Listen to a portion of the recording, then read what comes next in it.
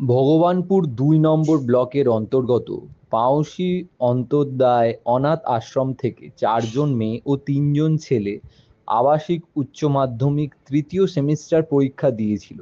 তার মধ্যে প্রত্যেকেই সফলতার সাথে উত্তীর্ণ হয়।